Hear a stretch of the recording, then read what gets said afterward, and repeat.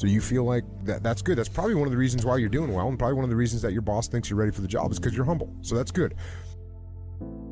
You know, one day I asked God, I said, why are you taking me through troubled waters? Because he told me my enemies can't swim.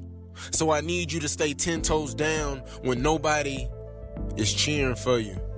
But Jerry Sloan was getting me ready to play for the Utah Jazz. So every day it was about habits and rituals. Having hot food is about habits and rituals. Great customer service is about habits and rituals. Being the best in the world at what you do, being a pro, is all about habits and rituals. If you say what you are, then be what you need to be. If you want to get something out of life, then fight for your life. When you're in that gym, find a way to go beyond that limit. Find a way to push your body. It is your body. It is yours. You own it. It belongs to you. The time that you have in this world, you only got a short time. Make the time count. Make the moment count. Give it something. Feed that body. Kill dead body. Kill that mind. Build that soul and go to work. Because this is the hour. This is the time. This is it now. And I want to see you working. I want you to dig. I want you to feel it. But you also have to remember that being humble has to be balanced. Dichotomy of leadership with confidence. And even with a little bit of aggression. So there's a reason that you're getting asked to do this job and the boss needs you to step up. Now, just because you become the manager or the boss doesn't mean that you have to start bossing people around, right? It actually means that you should remain humble, that you should take input from them, that you can still take advice from them as opposed to just giving them advice. All those things are fine. And I just got asked this question the other day, young construction business, and a kid, we were in a big meeting with a bunch of leadership, from foremen to engineers, all in the same room, a bunch of great guys from a great company. And one of the young engineers raised his hand and said, you know, I'm young and I am going to be in charge of these guys. The elevator is broke and you got to take the stairs to be successful.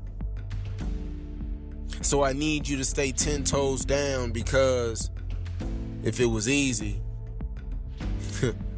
we know everybody would do it.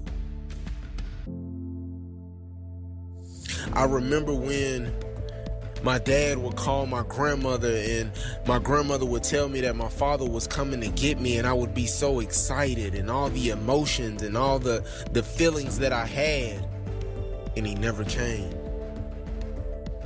I stood at the screen door for 2 or 3 days waiting on my father, hoping and wishing that he would come, and he never came. I'm not sure I'm comfortable with these guys that have been doing it for a lot longer. What can I do to, gain their respect? And I said, okay, who in this room knows more than that engineer back there about construction? And all these salty construction foremans raised their hands.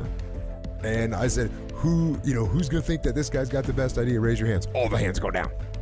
And I said, so this is what you're dealing with, buddy. I said, now let me ask another question to the group. If this kid comes in and says, I know how to do this better than you, listen to me and do it my way, who's going to have respect for him? Raise your hand. No hands go up. If this young kid comes in and says, hey, I'm an engineer, I've been educated, but I haven't been doing this for long, can you give me some recommendations on how we do this so we can do the best job possible? Who's going to have respect for him? So I told myself as I got older that one day I'm going to have kids, and my kids will never know what it feels like not to have their father, because I know what it feels like. I know what the heartbreak feel like. I know the emotions and the feelings and the thoughts and everything that you're going through. So I want you to know that you matter. I remember when my 8th grade teacher told me I'd never be anything. I remember when I got molested at 10 years old by my babysitter. I remember when my mom would text me, and she would text me at 2 or 3 o'clock in the morning and tell me they putting a taser to my head. Do you feel that? But I still had to understand on what my calling and what my purpose was, because I had to understand that I mattered. So what am I telling you? I want you to struggle. I want you to hurt. I want you to bleed. I want you to fight, because this is that time. Show the world and show up And most importantly, do your job and do that business. Remember the time when you wanted more, the time when there were people in your life that did not believe in you. Remember the time when you honestly gave up on the possibilities of the uniqueness that you meant inside. Remember there was a time that you complained so much but yet did so little. That comes to a point in your life that you must recognize that there's a little bit more that has to be done than just. Let me tell you something. I learned a very valuable lesson when I played for the Utah Jazz. I had a point guard on my team who's arguably the best point guard in the history of the NBA. His name is John Stockton. John Stockton would go to a chiropractor 4 times a day on game day. You know what I said to myself? I'm not doing that. It doesn't take all that. John Stockton played 19 years in the NBA. I played 3.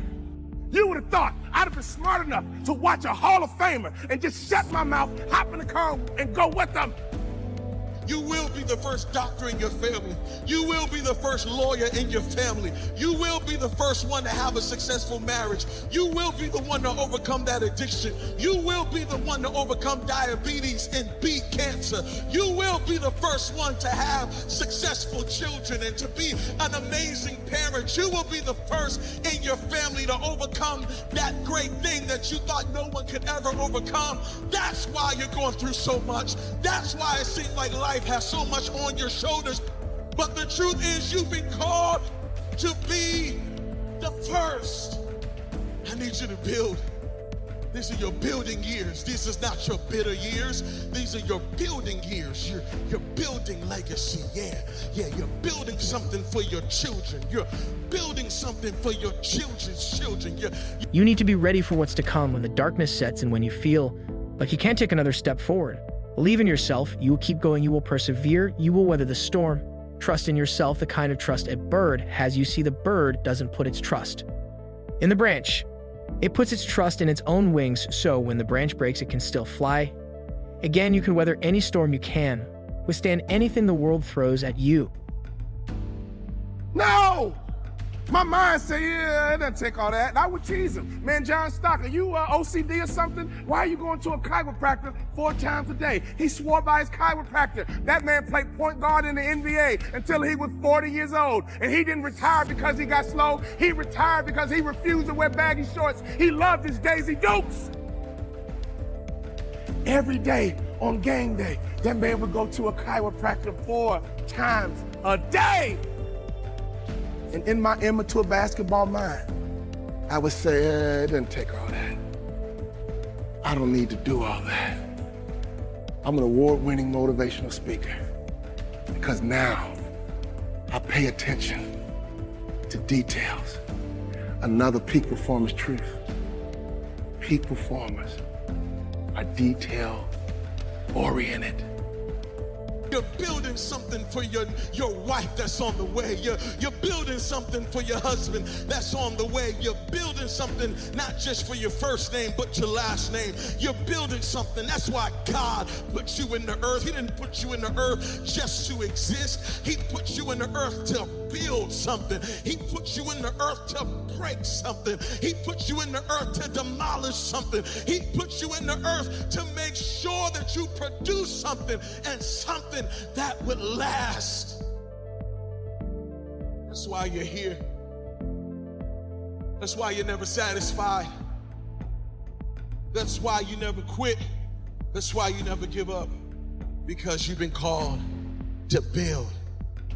But if you're gonna do this, you're gonna need vision.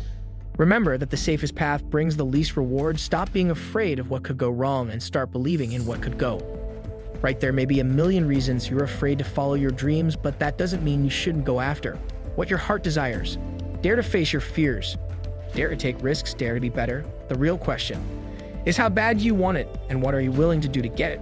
Within you is a power far greater than you can imagine.